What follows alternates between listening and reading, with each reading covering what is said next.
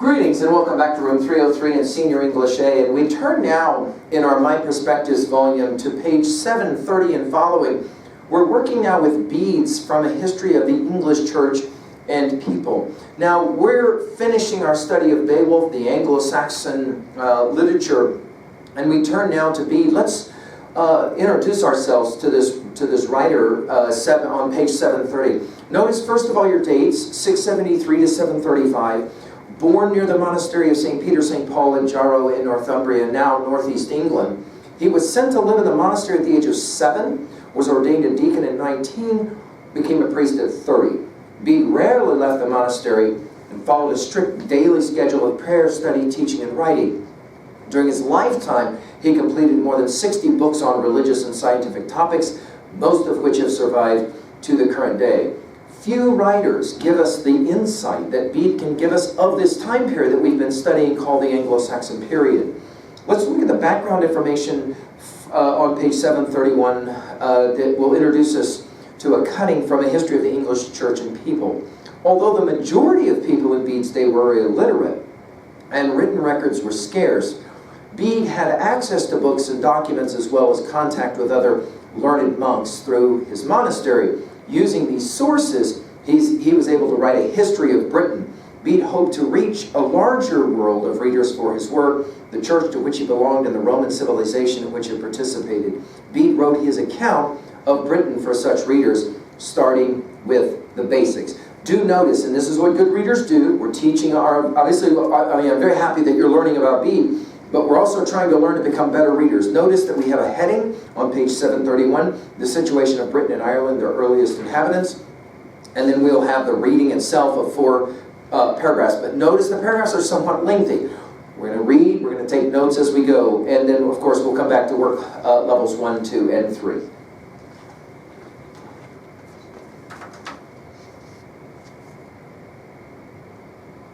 From a History of the English Church and People by Bede, translated by Leo Shirley Price.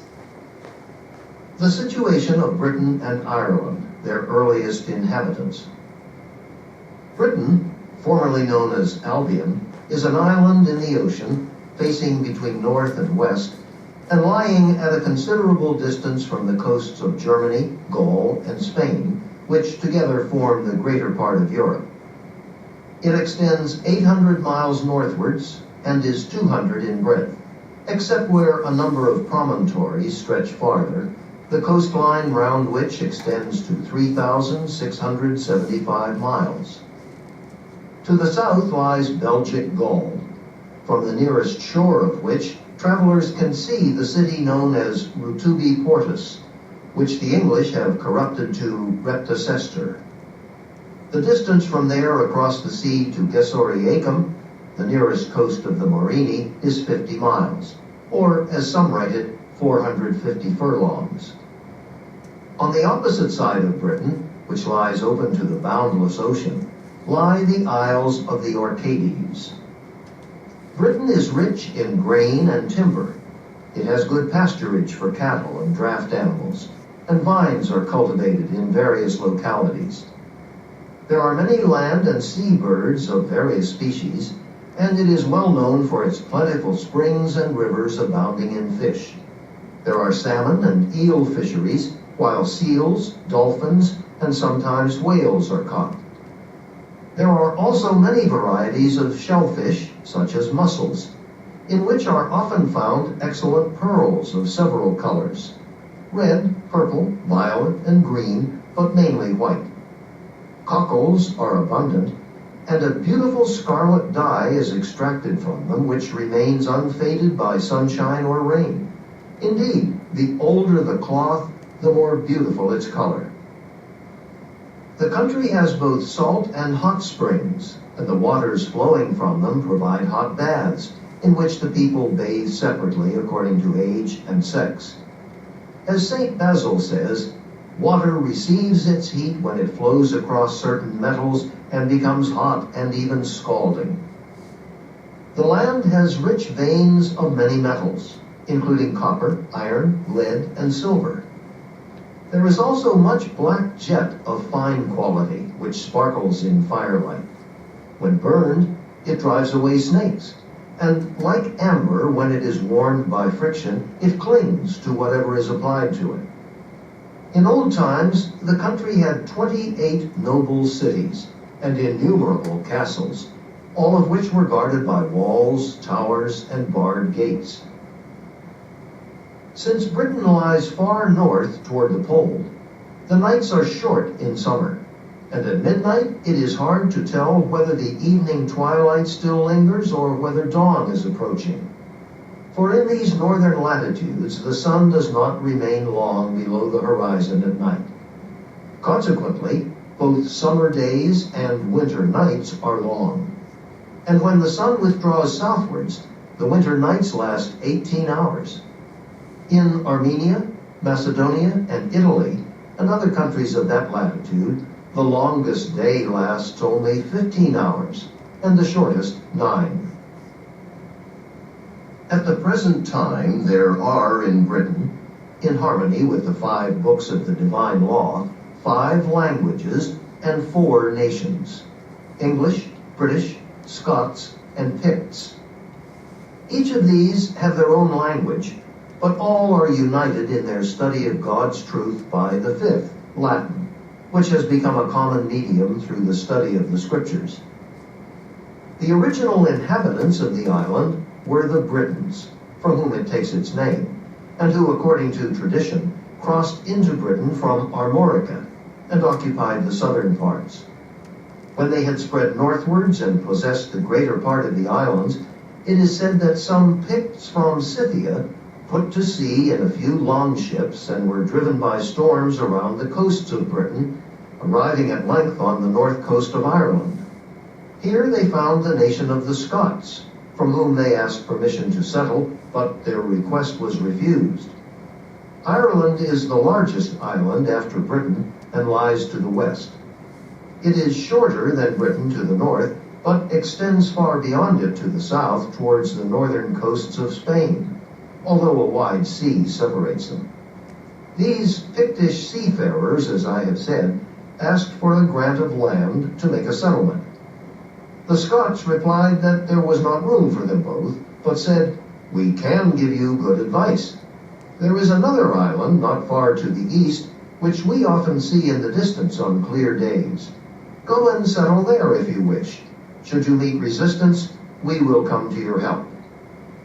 So the Picts crossed into Britain and began to settle in the north of the island, since the Britons were in possession of the south. Having no women with them, these Picts asked wives of the Scots, who consented on condition that when any dispute arose, they should choose a king from the female royal line rather than the male. This custom continues among the Picts to this day. As time went on, Britain received a third nation, that of the Scots, who migrated from Ireland under their chieftain Ruda, and by a combination of force and treaty obtained from the Picts the settlements that they still hold. From the name of this chieftain, they are still known as Dalrudians, for in their tongue Dal means a division. Ireland is broader than Britain, and its mild and healthy climate is superior. Snow rarely lies longer than 3 days, so that there is no need to store hay in summer for winter use or to build stables for beasts.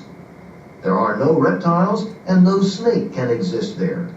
For although often brought over from Britain, as soon as the ship nears land, they breathe its scented air and die. In fact, almost everything in this isle enjoys immunity to poison.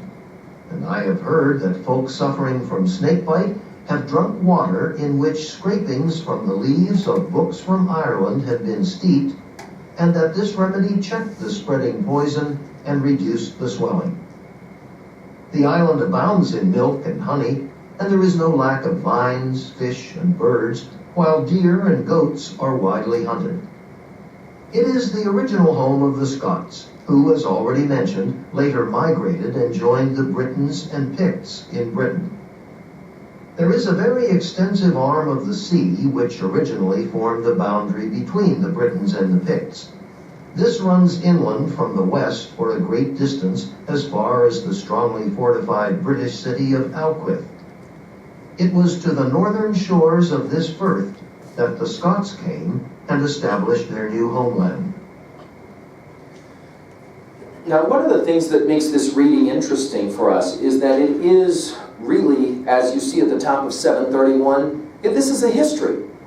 Now, it's going to be interesting that Bede, writing roughly 600 years after Christ, will say, in old times, right at the very end of paragraph 1.